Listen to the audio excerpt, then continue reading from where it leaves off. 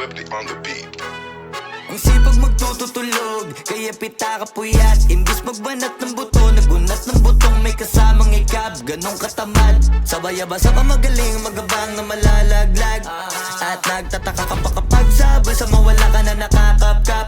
Clap, clap, clap, ang hilig mo sa teka muna. Kaya imbis sa lapian nakuha mo muta. Punto ko sana makuha, na baka sa kakahiga mo ay diyan ka makuba. Anong mission mo sa lupa? Magpatigas ng batuta, paramihin ang populasyon. Ganyan ba talaga pag walang ambisyong mataas di nalulula? Buti patupa, napapastol, ego puro angas tol. Halata nagpapanggap, pag nasa labas ng door. Iba-ibang palabas, kaya madalas mag-mall. Akala mo lang nakahabol ka na, pero di ka pa nakakascore. Di lang pala yung tulog yung pwedeng may mapanaginipan. Di rin pwede na lahat ng gusto idaan sa hilingan. Pag may nahiligan, di madalian.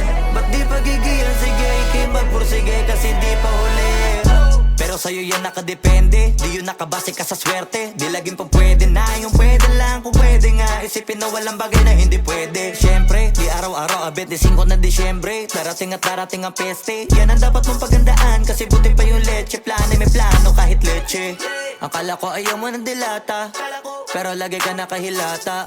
Kala ko ayaw mo tumunganga, pero inuuna mo bunganga. Kala ko gusto mo ng biyaya, pero lagi ka nakatihaya. Sarili mo din ang dinadaya, kasi sa katamaran mo siya niyaya.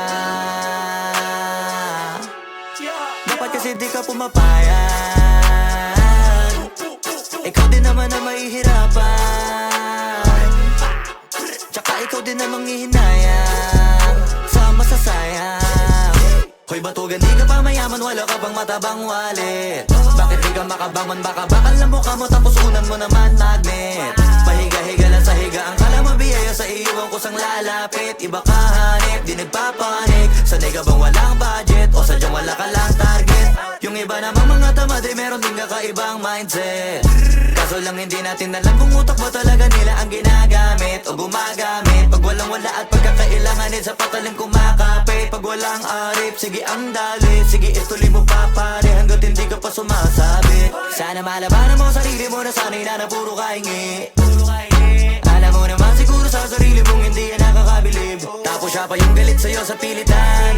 Yun naman ang di ko maintindihan. Tipong imposible hindi mo din kainisan. Kahit pa ulit-ulit mo pasigihan, mali ka na kahit na isang beses mo lang hindian. Sa mga naririnig mo sana nakatuto ka para matuto ka ng sira ulo ka.